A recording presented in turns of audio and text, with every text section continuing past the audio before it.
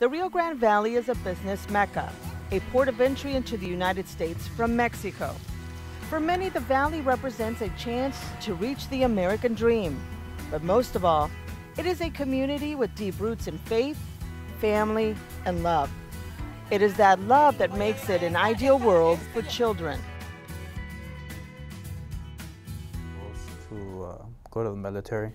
Meet 19-year-old Armando Beltran. He's a former ROTC member and a former foster child. I came into foster care since when I was 11 and a half, and I stayed all the way to 18 years old.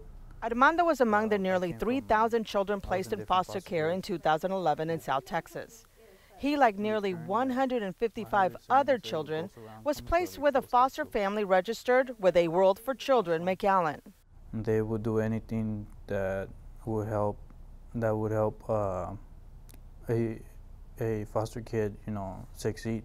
I did get guidance from them through when I was there with them, and even now that I'm outside, I still feel like they're right there next to me, telling me, okay, that's not bad, that's bad, or that's good.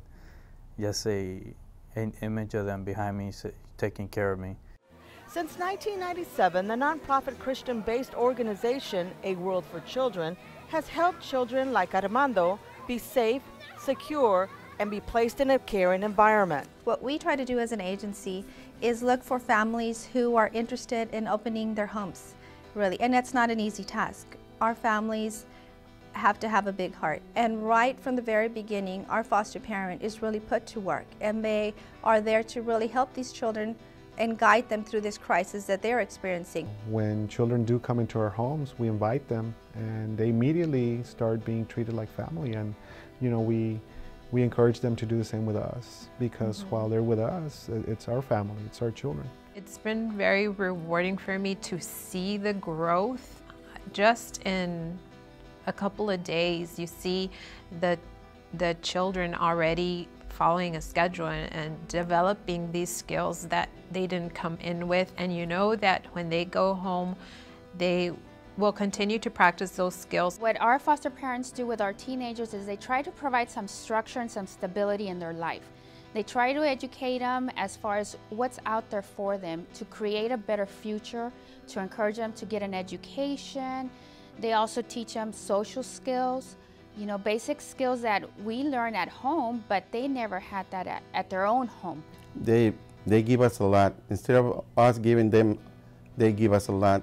We already had our children had grown and left the house, but then we started a new family. I think anybody can do it as long as you start practicing your patience and seeing that there's a need for love for the kids and a home that will protect them, so where they can be safe. The most rewarding thing for me as being a foster parent is that when I've planted that little seed in that heart, and that I see the girls being one way and then turning out to be beautiful young ladies at school, still attending college, or if not attending college, having a good job.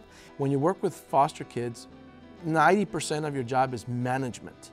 It's managing the kids. It's not just supervision. Supervision is, of course, the cornerstone of everything that we do. We're supposed to supervise and of course, make sure that there's safety for the kids in the home.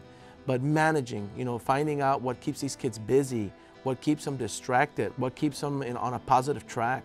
The most rewarding thing for me as a foster parent is knowing that I have had a part in saving a child's life. And I don't mean that in a literal sense, but I'm talking about the quality of the life that that child has now. You can become a foster parent and change the world one child at a time by calling A World for Children at 956-683-9917.